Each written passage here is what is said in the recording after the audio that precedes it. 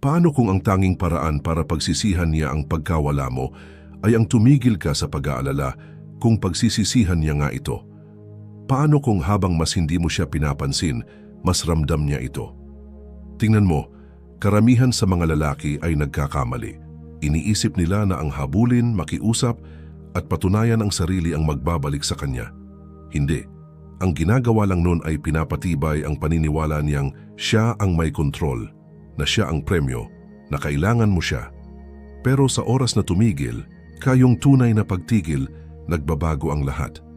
Isipin mo kailan mo ba huling na-miss ng totoo ang isang tao? Hindi noong palagi silang available, hindi noong laging sila ang naghahanap sa'yo, kundi noong bigla silang nawala. Noong pinatahimik ka ng katahimikan nila. Noong nagsimula kang magduda kung kailangan ka ba talaga nila. At iyan ang susi, inaasahan niyang masasaktan ka. Inaasahan niyang magmamakaawa ka. Inaasahan niyang mababasag ka. Dahil yan ang ginagawa ng karamihan sa mga lalaki. Pero kapag wala kang ginawa, kapag bigla ka na lang nawala na parang hindi siya naging mahalaga, nababahala siya. Ang katahimikan ay kapangyarihan.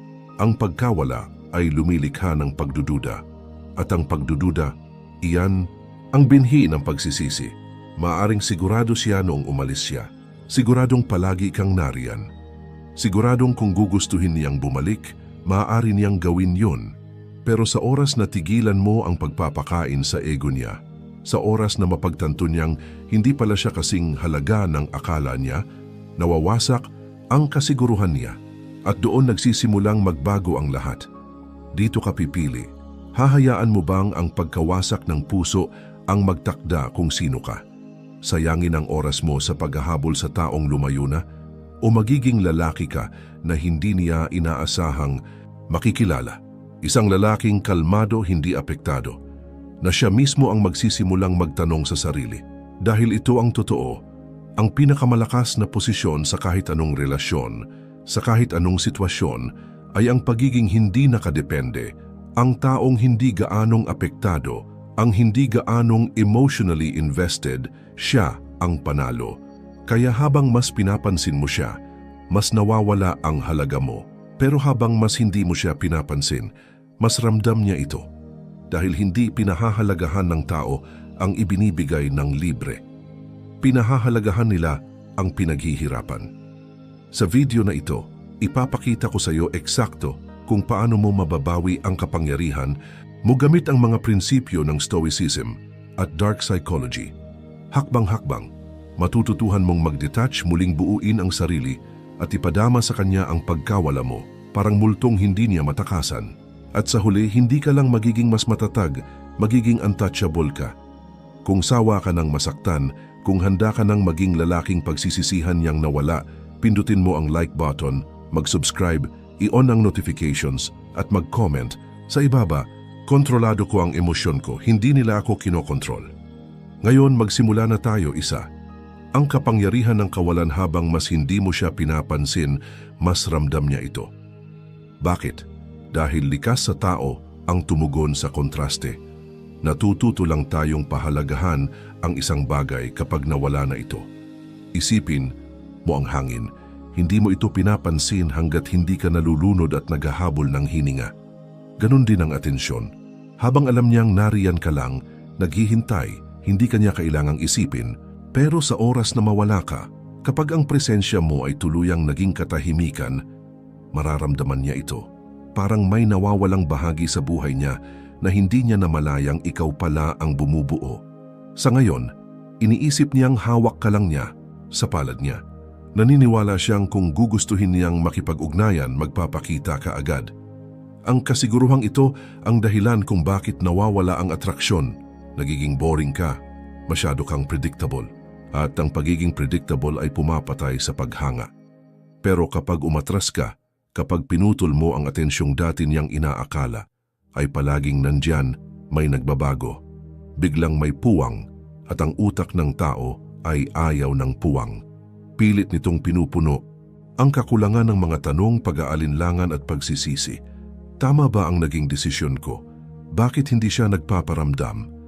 Ganun lang ba siya kabilis naka-move on? Mali ba ang pagkakakilala ko sa kanya? sa sandaling tigilan mong pakainin ang ego niya, magsisimula siyang magduda. Magsisimula siyang mag-isip kung mali ba ang pagkakakilala niya sa'yo. At iyan ang simula ng pagkawala niya ng kontrol. Makapangyarihan ang pagkawala dahil lumilikha ito ng kakulangan at ang kakulangan ay lumilikha ng halaga. Kaya nga ang mga luxury brand ay nililimitahan ang kanilang produkto. Bakit sa tingin mo mas mahal ang Rolex kaysa sa ordinaryong relo? Hindi dahil mas mahusay itong magpakita ng oras, kundi dahil bihira ito. Dahil hindi lahat ay kayang magkaroon nito. Ganoon din pagdating sa'yo. Kapag masyado kang available, kapag masyado kang madaling maabot, nawawala ang halaga mo. Pero sa oras na maging mailap ka, maging bihira, makikita ka niya sa ibang paraan. Kaya ang unang hakbang sa pagpapadama ng pagkawala mo ay ang kumpletong katahimikan. Walang text, walang tawag, walang panunood ng stories niya, walang pag-like sa mga post niya, wala, maglaho ka. At kapag ginawa mo ito, mararamdaman niya ang pagbabago, parang kutsilyong tumarak sa kanya. Dahil sa unang pagkakataon, kailangan niyang harapin ang katotohanang wala ka na. At hayaan mong sabihin ko sa'yo, mapapansin niya ito. Maaaring magkunwari, siyang wala lang. Maaaring mag-post siya ng masaya, tumawa, magpakita na parang naka-move on na. Pero sa loob niya, sa mga tahimik na sandaling walang nakakakita, mararamdaman niya ito. Tatingin siya sa cellphone niya, umaasang may mensahe mula sa iyo na hindi dumarating. Sisilipin niya ang notifications niya, hinahanap ang pangalan mo. At habang lumilipas ang bawat araw na walang naririnig mula sa iyo, lalong lalaki ang tanong sa isip niya, nawala ko na ba siya ng tuluyan? Doon nagsisimula ang pagsisisi. Kung sawa ka ng baliwalain at handa ka ng ipadama sa kanya ang halaga ng pagkawala mo, pindutin mo ang like button, mag-subscribe, i-on ang notifications at mag-comment sa ibaba. Mas malakas magsalita ang katahimikan ko kaysa sa mga salita. 2. Ang kawalang pakialam ang pinakamakapangyarihang galaw. Walang mas mabilis na nagpapabago ng isip ng isang tao kaysa sa kawalang pakialam. Hindi galit, hindi lungkot, at hindi rin katahimikan. Ang tunay na kapangyarihan, ang tunay na dominasyon ay nagmumula sa pag-aasal na parang wala ka talagang pakialam. Dahil ang emosyon ay leverage. Kapag nag-react ka, alam niyang may epekto pa rin siya sa'yo. Kapag nagalit ka, sinubukan mo siyang pagselosan o pinagtuunan mo ng pansin ang bawat maliit na galaw niya online, talo ka na. Dahil ipinapakita lang nun ang isang bagay. Emotionally invested ka pa rin. At sa kahit anong relasyon, ang mas emotionally invested ay siyang may mas kaunting kapangyarihan. Pero kapag wala kang ibinigay, walang reaksyon, walang sagot, walang kumpirmasyon ng halaga niya, doon siya nagsisimulang kabahan. Dahil ngayon, hindi na niya alam kung saan siya nakatayo. Inaasahan niyang hahabulin mo siya. Inaasahan niyang maapektuhan ka. Pero ngayon, bigla siyang nawala ng balanse. Narito ang masakit na katotohanan. Kapag alam ng isang tao na kaya kanilang balikan, kahit kailan nila gusto, hindi kanila pinahahalagahan. Pero kapag napaisip mo sila kung sigurado pa ba sila sa'yo, doon nagsisimulang magbago ang lahat. Kaya ang kawalang pakialam, ang pinakamakapangyarihang galaw. Kapag hindi mo na ipinapakitang mahalaga siya sa'yo, nagsisimula siyang magtaka kung bakit. Hahanapin niya ang mga palatandaan na naghihirap ka nang wala siya. At kapag wala siyang makita, doon niya unang mararamdaman ang bigat ng pagkawala. Isipin mo, paano ba kumikilos ang isang tao kapag may mahalagang bagay silang nawala? Hinahanap nila ito, sinusubukan nilang ayusin, pero kapag napagtanto nilang baka tuluyan na itong nawala, doon pumapasok ang desperasyon. At iyan mismo ang nangyayari kapag natutunan mong magpakita ng tunay na kawalang pakialam. Hindi mo siya binabaliwala para bumalik siya. Binabaliwala mo siya dahil hindi mo na siya kailangan bumalik. At ang pagbabagong yan sa enerhiya, iyan ang nagpapabaliw sa kanya. Susubukan kanyang pukawin. Magpaparamdam siya ng kaunti, isang random na like, isang story na may malabong kahulugan, isang mensahe na tila walang saysay, pero ang totoo'y para lamang tignan kung magre-react ka. Huwag kang padadala. Sa bawat reaksyon mo, nire-reset mo ang laro. Sa bawat pakikipag-engage mo, pinapakita mong may kapangyarihan pa rin siya sa'yo. Kaya ang dapat mong gawin, wala. Manatiling malamig. Ipakita mong wala na siyang halaga at iyan mismo ang magpapaisip sa kanya ng lahat. Kung sawa ka ng laging mag-react, kung handa ka ng bawiin ang kapangyarihan mo, pindutin ang like button, mag-subscribe, i-on ang notifications at mag-comment sa ibaba. Wala akong utang sa nakaraan. 3. Hindi siya ang hinahabol mo, kundi ang pagpapatunay sa sarili mong halaga. Maging totoo tayo sandali. Siya ba talaga ang gusto mo o ang pakiramdam lang na pinili ka niya? Ang totoo, hindi siya ang hinahabol mo, kundi ang kumpirmasyon na may halaga ka, ang validation na may isang taong may gusto sa'yo. Karamihan sa mga lalaki, hindi ito nare-realize hanggang huli na. Akala nila, puso nila ang wasak dahil sa kanya, pero ang tunay na iniiyakan nila ay ang pakiramdam na binigay niya, ang pakiramdam na sapat sila, na mahalaga sila. At doon nagsisimula ang bitag, dahil kung hindi mo ito matutukoy, paulit-ulit mong hahabulin ang pakiramdam na iyon. Hindi dahil espesyal siya, kundi dahil adik ka na sa ideya ng pagiging enough. Ito ang masakit na katotohanan. Kung talagang minahal mo siya, dapat minahal mo muna ang sarili mo. Pero ano ang nangyari? Ibinigay mo sa kanya ang kapangyarihang tukuyin kung ano ang halaga mo. Hinayaan mong ang pag-aproba niya ang maging batayan ng tingin mo sa sarili mo. Kaya nang lumayo siya, bigla kang naging hungkag. Hindi dahil siya lang ang babae para sa'yo, kundi dahil hindi mo alam kung paano mahalin at i-validate ang sarili mo nang wala siya.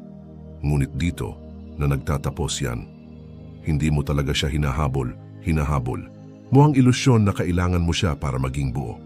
Pero isipin mo ito, ano ang mangyayari kung tumigil ka? Ano ang mangyayari kung piliin mong hindi mo na kailangan ng sinuman para maramdaman mong mahalaga ka?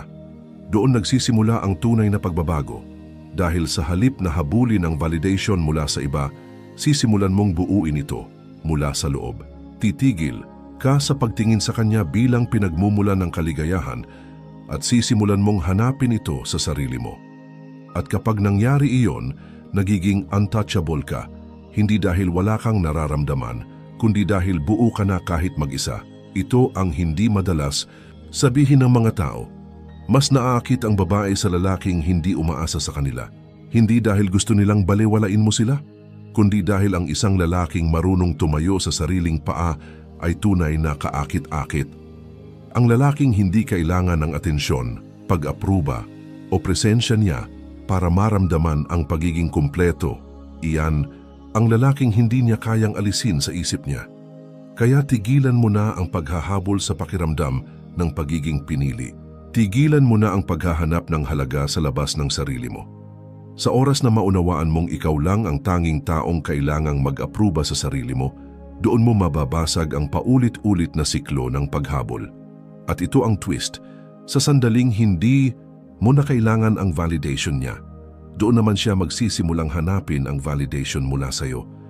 Kung handa ka nang tumigil sa paghanap ng halaga sa labas, kung handa ka nang maging sarili mong pinagmumulan ng lakas at kumpiyansa, pindutin ang like button, mag-subscribe, i-on ang notifications at mag-comment sa ibaba. Ako ang nagpapatunay ng sarili kong halaga. Wala nang ibang may kapangyarihan kundi ako. 4. Ang kaisipang stoic. Kumalas o masira sa gitna ng sakit. Dalawa lang ang pagpipilian mo. Kumalas o masira. Maaari mong hayaang sirain ka ng sakit na ito. Naubusin ang isipan mo, na gawing desperado at mahina ka, o maaari mong gawing gasolina ang sakit na ito para maging mas malakas ka kaysa dati. Ang pagiging stoic ay hindi tungkol sa pagpigil ng emosyon, kundi ang pagmaster nito. Ito ay tungkol sa pag-unawa sa isang simpleng katotohanan. Hindi mo kontrolado ang ibang tao, ang sarili mo lang. Diyan madalas bumagsak ang mga lalaki. Sinasayang nila ang oras sa kakaisip kung bakit siya umalis, sa pag-aanalisa ng bawat salita niya, sa pagka-obses kung naka-move on na ba siya. Hindi iyan ang landas ng isang matatag. Iyan ang landas ng pagkawasak. Dahil bawat segundong ginugol mo sa pag-iisip sa kanya, ay isang segundong hindi mo ginugol sa sarili mong pagbangon. Ang isang lalaking stoic ay hindi humahabol, hindi nagmamakaawa, at hindi naghahanap ng closure. Bakit? Dahil alam niyang ang Tanging bagay na kontrolado niya ay kung paano siya tumutugon.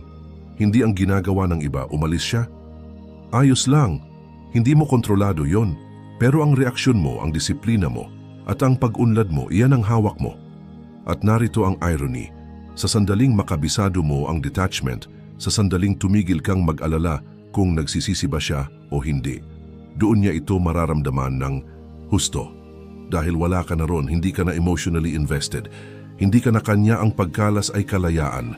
Kalayaan mula sa pangangailangang ma-validate, mula sa paghahabol ng kasagutan, mula sa pagbibigay ng kapangyarihan sa iba para kontrolin ang emosyon mo.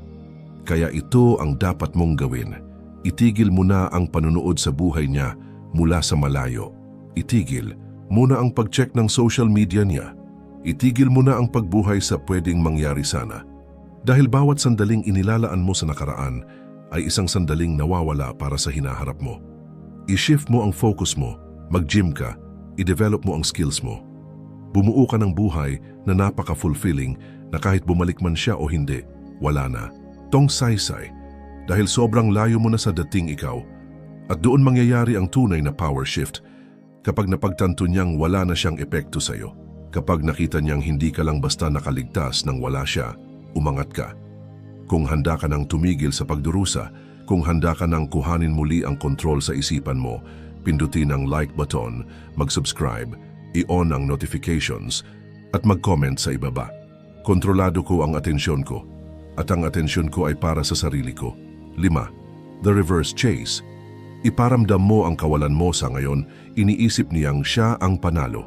Iniisip niyang naroon ka lang, tahimik na naghihirap, naghihintay ng pagkakataong patunayan ang halaga mo. Pero ano ang mangyayari kapag baligtarin mo ang istorya? Ano ang mangyayari kapag sa halip na ikaw ang humabol sa kanya, siya ang magsimulang humabol sa iyo? Karamihan sa mga lalaki nagkakamali sa paniniwalang kailangan nilang gumawa ng kung ano para mabawi ang atensyon ng babae. Mali. Ang tunay na galaw ay ang walang gawin. Dahil kapag tuluyan kang nawala, kapag ipinakita mong wala kang kahit anong interes, kapag tinanggal mo ang sarili mo sa mundo niya, ang mismong isipan niya ang magiging kalaban niya. Magsisimula ito sa kuryosidad. Sa una, aakalain niyang magpaparamdam ka rin. Pero kapag hindi mo ginawa, mapapansin niya. Sasabihin niya sa sarili niyang pansamantala lang ito, pero lilipas ang mga araw maging linggo at bigla na lang siyang magiging abala sa pag-check ng telepono niya, sa social media mo, nagtatanong kung bakit hindi ka pa rin sumusuko at ang simpleng kuryosidad ay magiging pagdududa. Mali ba ang tingin ko sa kanya? Hindi ba siya ganun kahalaga sa akin tulad ng inakala ko? Kapag hindi ka nag-react ayon sa inaasahan niya, unti-unti nang natatamaan ang ego niya at doon na siya magsisimulang magparamdam, mga simpleng hakbang para matignan kung papatol ka. Isang random na like, isang post na tila para sa'yo, isang mensahe na walang malinaw na kahulugan pero may intensyong kuhanin ang reaksyon mo. Diyan madalas bumagsak ang mga lalaki. Sa sandaling mag-react ka, bumalik ka na sa dati. Na-reset mo ang habulan. Nakumpirma niya, hinihintay mo lang talaga siyang kumagat. Pero kapag nanatili kang malamig, kapag umasta kang parang wala na siyang epekto sa'yo, doon magsisimula ang takot. Dahil ngayon, hindi lang niya namimiss ang presensya mo. Nagtatanong na siya kung totoo bang nagkaroon siya ng halaga sa'yo. At doon na niya hahanapin ang validation na dati ay kusa niyang tinatanggap mula sa'yo. At ngayong wala na ito, siya ang hahabol. Mas lalo siyang magpaparamdam at habang mas pinipigilan mong tumugon, mas lalo kang nagiging makapangyarihan sa isip niya. Ito ang reverse chase, ang puntong siya na ang nagsisisi, siya na ang naguguluhan, at siya na ang nagdududa sa sarili niya, hindi sa'yo. Pero tandaan, gagana lang ito kung may disiplina kang huwag mag-react. Kaya ano ang dapat mong gawin? Magpatuloy ka. Ipagpatuloy mo ang sarili mong pag-unlad. Huwag mong tignan ang mga post niya. Huwag mong pansinin ang mga patikim na paramdam. Huwag mong ibigay kahit isang sinyales na mahalaga pa rin siya at maniwala ka kapag napagtanto niyang tuluyan ka nang nawala, doon niya ito mararamdaman ng pinakamalala. Kung handa ka nang tumigil sa paghahabol at gusto mong ikaw na ang habulin, pindutin ang like button, mag-subscribe, i-on ang notifications at mag-comment sa ibaba. Ako, ang premyo at hindi ako humahabol. 6. Paano patayin ang kuryosidad niya? Ang tahimik na misteryo ang kuryosidad ay isang makapangyarihang bagay. Nakakabaliw ito sa mga tao kapag hindi nila kayang maintindihan ang isang bagay. At ngayon, iniisip niyang dapat ay alam niya kung ano ang nangyayari sa iyo. Inaasahan niyang makikita niya ang mga palatandaan ng sakit mo, ang mga sinyalis na apektado ka pa rin. Pero ano ang mangyayari kapag hindi mo siya binigyan ng kahit anong sinyalis? Walang updates sa social media, walang cryptic posts, walang mga selfie na may ibig iparating, tahimik lang. Diyan magsisimula ang kuryosidad niya na maging obsesyon. Karamihan sa mga lalaki, kabaligtaran ng ginagawa. Ginagawa nilang madali. Nagsusulat ng mga motivational quotes tungkol sa pag-move on habang secretly umaasa na makita siya. Pinapanood ang lahat ng stories niya, naghihiwalay ng mga palatandaan ng desperasyon. Pinipilit nilang ipakita na nagmamatyag pa rin sila at guess what? Mas pinapatay lang nila ang misteryo. Kinukumpirma lang nito ang iniisip na niya na may control pa siya sa isipan mo. Pero kapag nawala ka, kapag hindi na niya alam kung anong iniisip mo, doon magsisimula ang isip niya laban sa kanya. Tinitignan niya ang profile mo, wala. Tinutanong ang mga mutual friends tungkol sa'yo, walang updates. Hinihintay kanyang magkamali, mag-post ng kahit anong magbibigay sa kanya ng clue pero hindi mo ginagawa. At iyon ang nagpapalakas ng spiral niya. Dahil ngayon, hindi ka na predictable. Kailangan niyang punan ang mga puwang ng mga tanong sa isip niya at ang utak ng tao ay ayaw ng hindi natapos na kwento. Kaya anong ginagawa ng utak niya? Nagsisimula itong mag-assume ng pinakamasama. Pinalitan na ba ako? Hindi ba siya apektado? Hindi ba ako kasing mahalaga tulad ng iniisip ko? Kapag nagsimula, siyang magtanong sa sarili niya ng mga ganitong katanungan, ang kapangyarihan ay lumilipat sa iyo. Kaya nga, mas malakas ang tahimik na katahimikan kaysa sa kahit anong salita na maaring sabihin mo. Kaya nga mas makapangyarihan ang misteryo kaysa sa atensyon. Kapag ikaw ay naging isang hindi kilalang variable, kapag hindi niya alam kung nasaan ka o kung ano ang iniisip mo, doon magsisimula niyang maramdaman ang kawalan ng iyong presensya at doon siya magsisimulang maghanap ng mga sagot. Kung handa ka nang iparamdam sa kanya ang iyong kawalan na parang isang multo na hindi niya kayang alisin, pindutin ang like button, mag-subscribe, iyon ang notifications at mag-comment sa ibaba. Ang aking katahimikan ay lumilikha ng kapangyarihan. 7. Pagkontrol sa emosyon. Huwag ipakita na apektado ka ang sandaling hayaang kontrolin ka ng iyong emosyon, matatalo ka na. Wala nang halaga kung gaano ka nakalakas, kung gaano ka nakatatag, kung makita niyang nanghihina ka, kung makikita niya ang kahit isang palatandaan ng kahinaan, alam niyang may kontrol pa rin siya sa iyo. At ito ang isang bagay na hindi mo kailanman dapat payagan. Dahil narito ang katotohanan, subukin ka niya. Gagawa siya ng mga bagay upang makita kung magre-react ka. Baka mag-post siya ng isang bagay na para talagang magpasakit ng puso mo. Baka makipag-ugnayan siya ng bigla para lang makita kung kakagat ka. Baka magpanggap siya na naka-move on na para mag-trigger ng reaksyon mula sa iyo. Pero ikaw, mananatili kang hindi matitinag. Ang pagkontrol sa emosyon ay isang nakamamatay na sandata. Ginugulo